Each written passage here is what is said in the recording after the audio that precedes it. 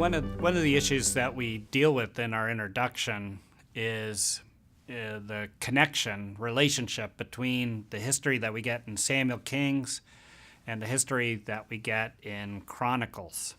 And if you read them side by side, which not many people do, but when you do, you see they present dramatically different perspectives on Israel's past. Let me give you one example.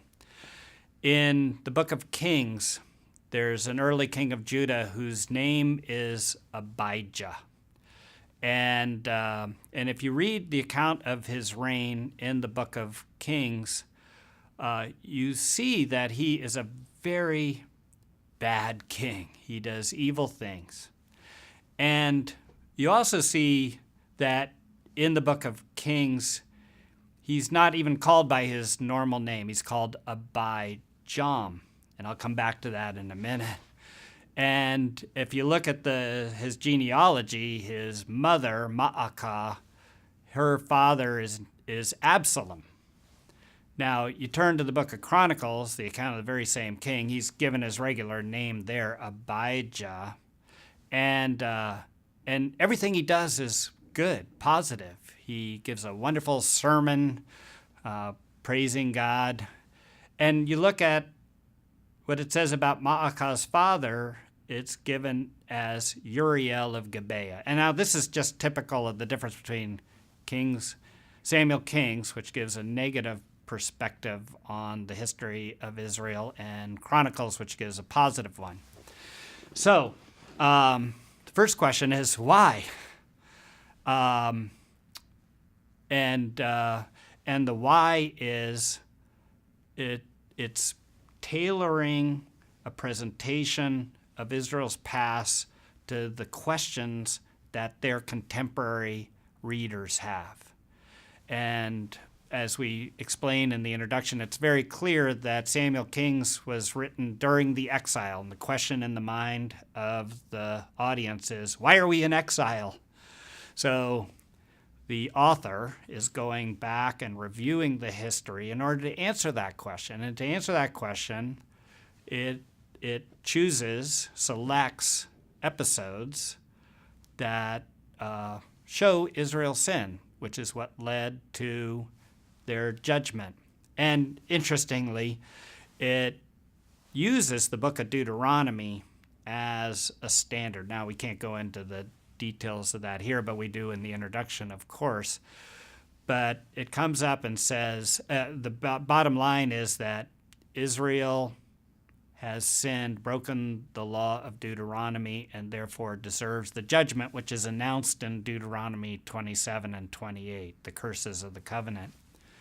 On the other hand, Chronicles is written during the post-exilic period, and they're not interested in why are we in exile, because they're not in exile anymore. They're interested in the questions of what's our connection with the past, and that's why, by the way, you get 9 chapters of genealogy at the beginning of Chronicles. And they're also interested in, now how should we behave? And so it gives a much more positive presentation of the history of Israel. Now, can these both be true? And I would say, yes, they can both be true. Let's take Abijah again. Abijah, as I said, is definitely his real name, which means my father is Yahweh. But Samuel Kings gives Abijah a pejorative nickname, just slightly changes it to Abijam, which means my father is the sea. Now, the sea in the ancient Near East was a symbol of chaos and even evil. It would be basically equivalent to saying my father is the devil. And then, secondly, could he both be a good king and a bad king? Well, yes. We have the example of Solomon, who had a good period and a bad period. It's just that for their purposes, Samuel Kings chooses negative stories from Abijah's reign, whereas Chronicles chooses positive stories. Well, what about Ma'akah's father? It has to be either Absalom or Uriel of Gibeah.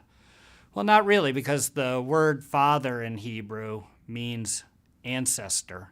So they could pick the father, and I think Absalom was the father, and that furthers the negative portrait of Abijah in Samuel Kings, because Absalom's a negative figure.